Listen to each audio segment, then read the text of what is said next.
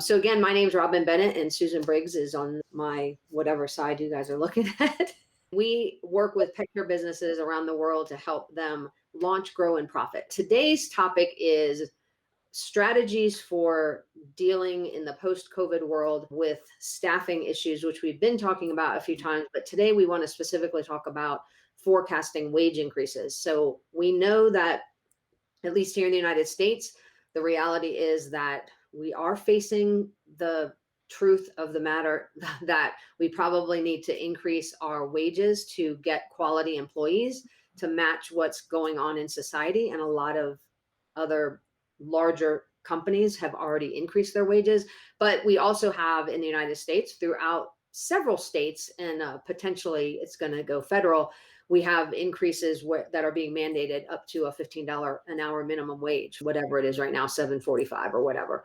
So we know that our industry is looking at how can you do it quickly? How can you do it immediately? How can you maybe not jump from minimum wage to 15, but if you're going to have to do that over multiple years, how do you forecast that? How do you plan all of that and still make sure that you're profitable? So that's what we're going to talk about today. If you have specific questions on this topic, definitely leave a comment and we will try to answer as many as we can. But I'm going to just let Susan kick this whole thing off.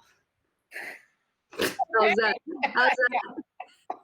Just throw it to me. There you go.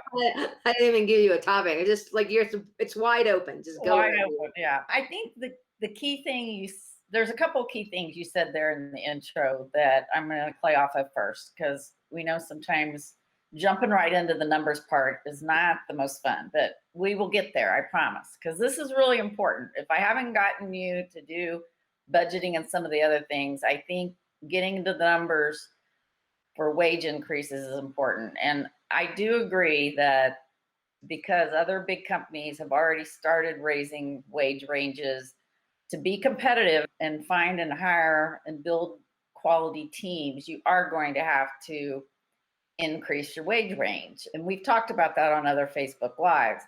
The key thing you said, Robin, is how do you stay profitable in doing that? And what you're going to have to do is increase your rates. There's really no way around it. Even if you've already increased rates, you may have to increase some of them again. And this is not unusual. This is happening in every industry. And so this is not something that you as the business owner should plan for your business to absorb or for you to reduce your pay in order to pay staff more. Your clients will understand and they will adjust their budgets because they're having to adjust their budgets for other things as well. So I think maybe let's talk about that a little bit before we get into the nuts and bolts and how to actually do forecasting. Yeah, and Mark actually said the market will eventually determine wages. Cost of almost all goods and services are increasing rapidly, which feeds inflation. Yeah, absolutely. And I think in our industry, we tend to be the nicest people.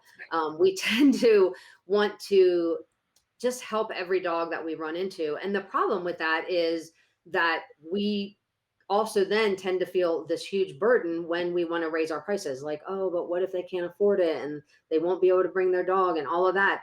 And I love that our industry is like that. But the reality is everything is going up right now. It is not going to be a complete shock if your prices go up as well. And when Susan said, the only way to increase your wages is to also increase your prices, I would totally agree with that. But I know for some of you, you're going to just say, I can't do that. But the reality is if you don't do it, it means you're not taking home a paycheck. Yeah. If you're the business owner. And so that's what we don't want to see. The businesses that we want to see succeed are the ones that are PAC certified, the ones that get education like this, the ones that are constantly trying to learn. Like you guys are taking the best care of the dogs. So you're the business owners that we really want to see succeed.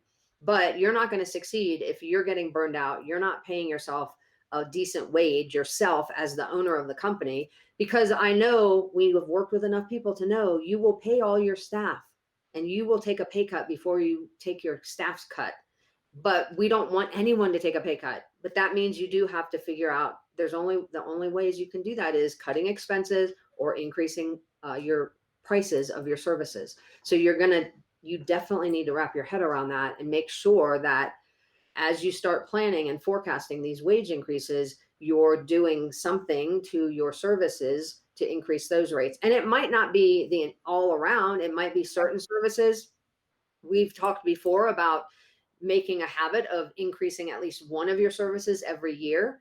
You might keep some of them the same and increase others by a lot. You might increase a lot of them just a little bit. You might add a totally new revenue stream like a membership or a trick of the month and then get revenue from that, and your other services don't change. There's a lot of ways you can do it, but the reality is you have to make more money in order to stay profitable while you're also increasing your wages of your team. So that's just really a non-starter. And if you have questions about that, how do you figure out the right pricing and that kind of thing? We have done several Facebook Lives. They should all be on YouTube. We have a whole playlist on YouTube on finances. So just go and grab a glass of wine and watch A big one. A big glass of wine. Yeah, and those are all free. So definitely, if you're still wondering how do I do that, just go and look at some of those, because what we want to specifically talk about today is really how do you forecast those wage increases. But making sure that you understand how to price yourself is definitely a big key to all of this. Yeah, and one way you can increase profits if you don't want to raise rates is you can reduce discounts. That also works, and we've talked about that. So now that we've got that stage set, we can talk about how to do forecasting on your staff wages. And I'm going to talk about it, how you would take that information once you have the numbers to put into our pet profits tool, because that's the one that if you watch some of our Facebook Lives, it's a very inexpensive tool we have in our store. And typically with pet profits, we ask you to look at historically what your wages and costs have been. But in this environment, I would be looking at a forecasted amount for wages and then put that in and see what do I need to charge to be able to cover this forecasted total that you come up with. So we're going to talk about how would you do that. And so the first thing I would do is I would use Excel, because as Robin knows, I like to have things in the spreadsheet and let the spreadsheet do the math for me. But if you don't like Excel, you could make a list and then have a bookkeeper or even someone on Upwork put it into Excel for you. But I would start by, because in pet profits, we look at our staff costs based on whether they're part of your fixed cost, which means you're paying those wages regardless of how many pets come in the door. So like supervisors, managers, front desk, maybe even cleaning and maintenance staff support, those people would be considered fixed costs. So I would do them in one group, and I would divide based on whether I'm paying them by salary or hourly.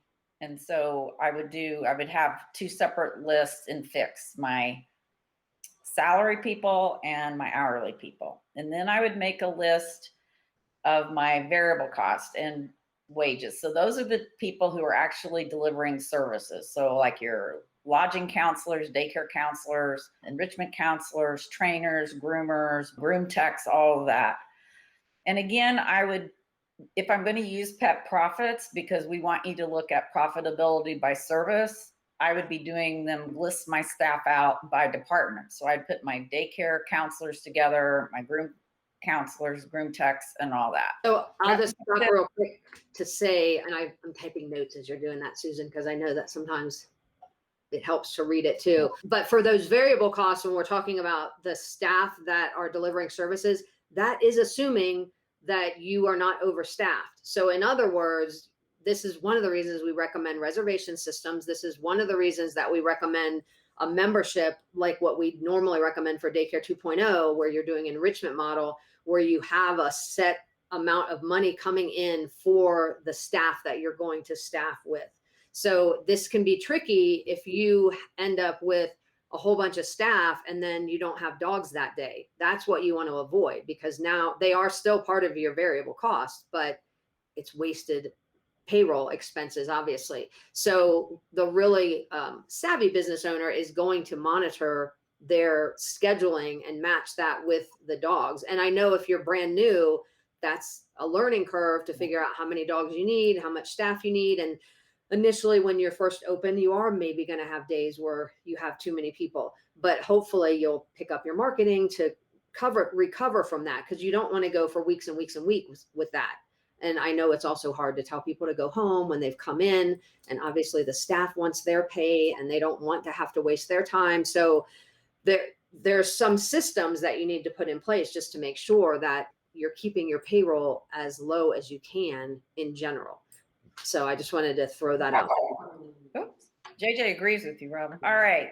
So once you have your list, what I would do would be calculate how much I would be putting in. What do I pay each person now I would look at it on a monthly basis so that I could look at the annual cost of my labor. And so I would think about, okay, if I'm sitting here today and this is what everybody's making, when would I feel like I should give them an increase to get towards wherever their starting point is, towards that $15 an hour, if that's your target. We know that a lot of people are saying, I can't bring in new people at 15 and not raise other people. And that's where doing this as a forecast allows you to plan this out so that you can, even if you're short staffed now, you may not know who the employee is, but you may say, I need new staff number 1 in daycare and I need another bather. You could put placeholders in there and figure out how many months of salary am I going to have for them this year.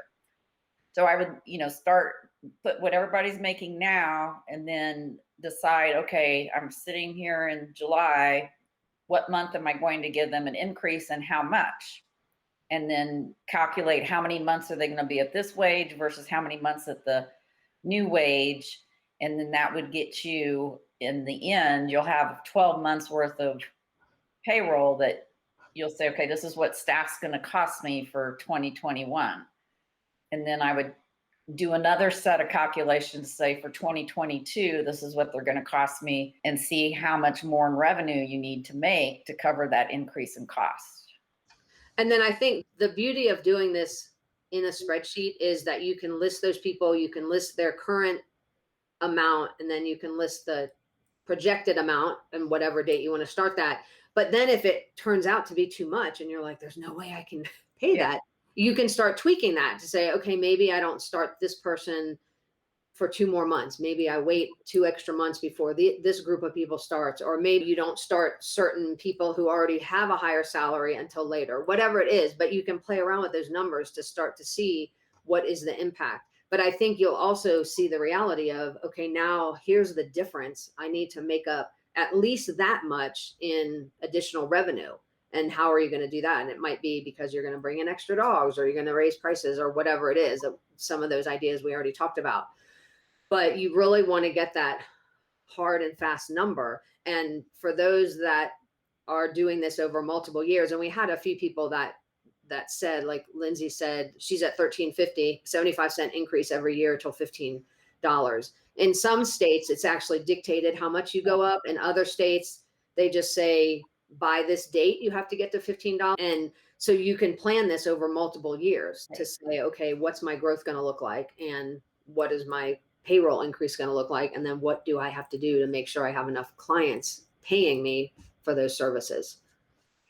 Yeah, I think in this situation, I'd be looking at today and what I need to do, especially to attract and retain. We also want to retain those key team members. And so I know several of our members have done wage increases for people that they already have on their team, or plan to pay bonuses. You can build those into forecasts. The key is, instead of looking at your historical labor costs, you need to be looking at what am I going to be paying, and where. So then how much is my payroll going to be in total for 2021? And I would be looking 3 years out. So I would be looking at 2022 and 2023, because for a lot of you, it's going to take several steps to get there. Or if your market's really competitive, you may have to bite the bullet and make some big jumps. But we don't want you to do that without knowing how you're going to pay for it as far as rate increases, and you can work backwards on those. And where would you put, because I know we talked, Susan, a lot about bonuses and maybe doing retention bonuses that are not actually part of their, it becomes part of their wages, Yeah. but it's not part of their hourly amount. Yeah. But where would you put those in? Yeah, I would have another column in my spreadsheet. So I would have, this is their current pay and how many months of 2021 am I paying their current pay? And then what will their new pay be? And how many months am I paying that? And then I would have another column if I'm going to pay them a bonus. And then add all that together to get what the total payroll is going to cost me for this year. And so I would, and then once you know what it is for this year, you repeat those same columns and do it for 2022 and 2023. So, does anyone have any questions on any of that before we go on? So, I know for a lot of folks that doing the numbers is not the fun part of your business. We totally get that. And I will say that what we saw as a positive from COVID was that it did make people realize they needed to understand their numbers. So, hopefully, you've already started to get a little bit more knowledge about your numbers, but this is going to be critical. We already know of businesses that are going out of business because COVID destroyed their business and they didn't have enough revenue coming in and they weren't able to pivot or whatever, or they just said it's gotten too hard. The hope would be that when COVID ended, things would be easy again. But now we're finding staffing is a challenge right now. And with the understanding that a lot of companies that you're competing with for these entry-level employee are already raising their rates, we now are faced with looking at entry-level rates for your pet care staff being higher. And if you didn't understand the numbers before, you definitely need to wrap your head around this because it can totally work.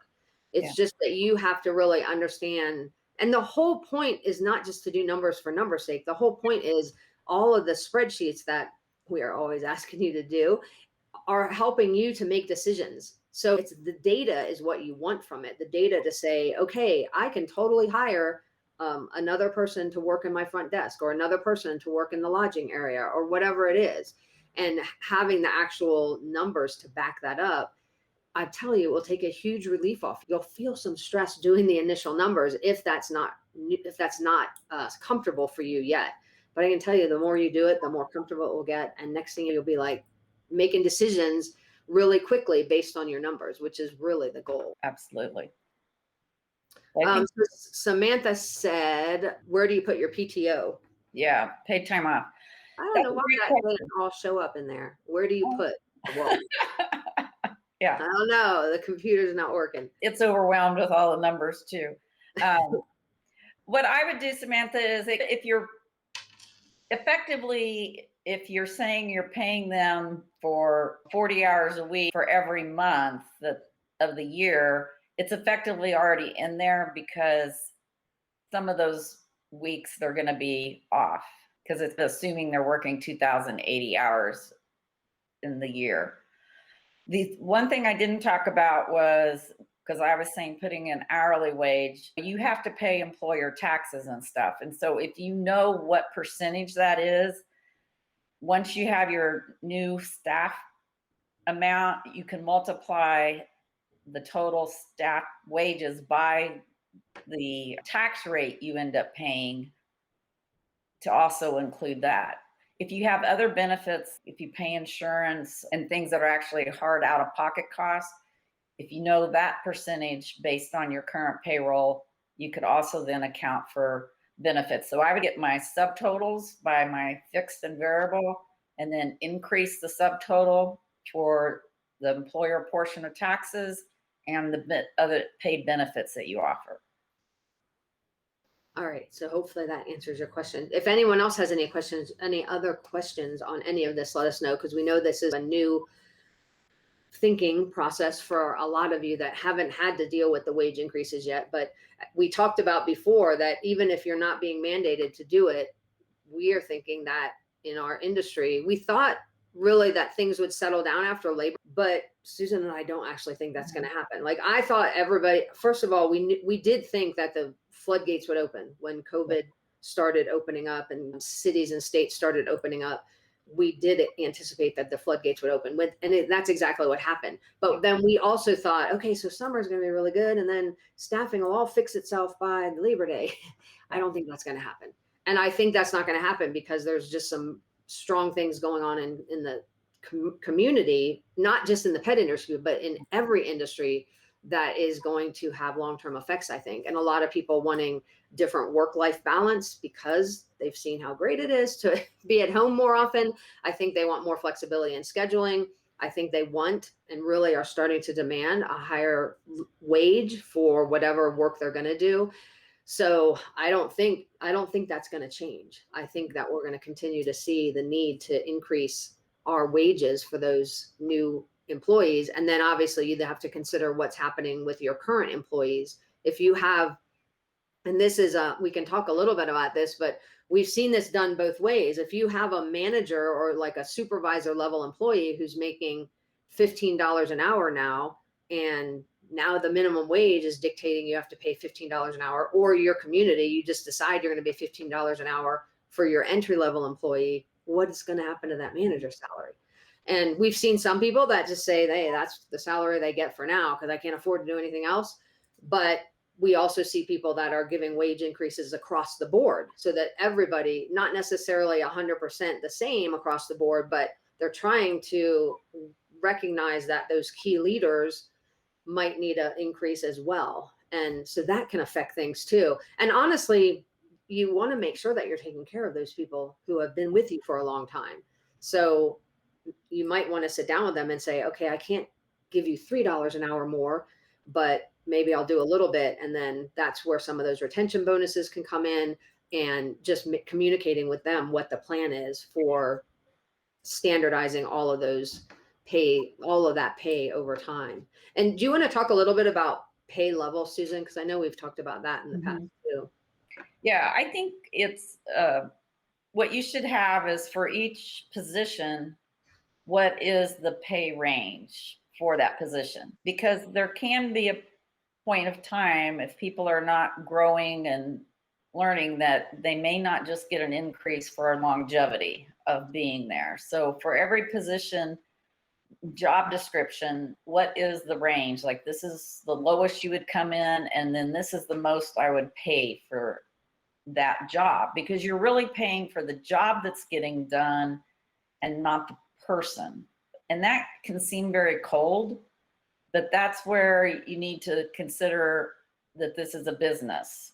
And if that person wants to make more money, they need to use their skills and contribute more to the business. And they may get more pay even if they're in that position, if they've cross-trained and can help fill out and do other jobs as well, or by getting into a leadership role or growing with you. We've talked about growing your own groomers, growing your own trainers, enrichment specialists, showing them that career path of how they can make more money. But this will help make sure you're consistent and fair, and people do understand what it's going to take to make more money and when they may be reaching the cap of what that job is worth.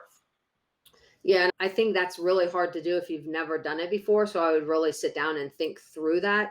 But that can also help you with the forecasting. It also helps you to really think about, we work with a lot of facilities when they start hiring managers that end up with too many chiefs and not enough Indians. They are really heavy on the management. And sometimes that happens because you have someone who's been with you a long time and you're like, well, I need to keep giving them more money. And you really don't have to. If they actually are going to become a manager, then great. Then you can promote them and there's a new pay range for that level, for that position. But you can also set the expectation that in this position, this is the top pay range you're probably ever going to get. And if you don't just want to hire management just to start paying them more, because you also want to look at how many managers do you have. And having those pay ranges, you can easily figure out, okay, if I have 2 people in management or 3 people in management, and then 10 employees that are at an entry level, and what's that pay range? It helps you to really see if you're balanced on that, or if maybe you could take, and we've worked with a lot of people who are like, okay, just take one of your managers out and everything's back to normal. Yeah. But we get into those sticky situations because for most of us, we are working with a small team, and you really do want to reward your loyal people who have been with you for a long time. But you really do also have to balance that with what can you afford to pay realistically and making sure that's communicated to your team as well. So I love the idea of those pay ranges, but that I think is fairly new for many folks in our industry, but I think that's going to help a lot, because you can really see if you have somebody that's been working with you for 10 years and they just get a pay raise every year just because, they can easily start to make more than your management, and that's going to cause a little bit of resentment as well.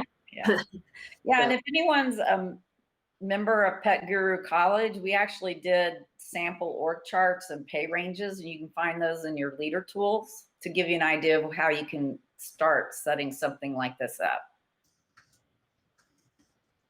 So I know the fun part, but I love what you said, Robin, that even if you can't give everybody the increase you want to give them right now, if you do this plan for the next 3 years, you can tell them, I can give you a little bit here, but there's more coming. And the reason it's going to take this long is because we need to also increase rates with our clients, and we need to do that over time as well. And I think your employees will appreciate that honesty, but you've got to be prepared to follow through. If you say, I'm giving you a little bit now and then more in January, come January, you better come through with it, or you're going to lose their trust.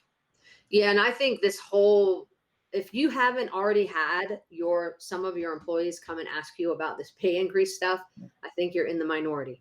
I think most employees start getting wind that this needs to happen, and they start approaching their employer saying, hey, when am I going to get $15 an hour? Or your management might come and go, hey, if you're going to be paying them like $12 an hour, I need more too. If you haven't had that happen, then consider yourself lucky. We know a lot of facilities where that discussion has already happened. So this is one of those situations where I would be proactive, and I would come up with a plan yourself and then present that and let the employees know. They don't have to know every detail of your plan, but they do need to know what's going on. And as Susan said, the biggest part that they need to understand is, in order to give them the increases, you have to get the increase from the clients. And obviously they're a critical part of keeping clients happy and bringing clients in and all of that. So they become a part of the solution, really. And you want to make sure that they understand what the future looks like. And if you don't say anything to them, I can guarantee you they will paint the worst possible picture in their mind, because that's just how humans are. We're all like that. In the absence of information, we create our own information, and it's usually far worse than reality. So really start having those conversations with your team if you haven't done it already.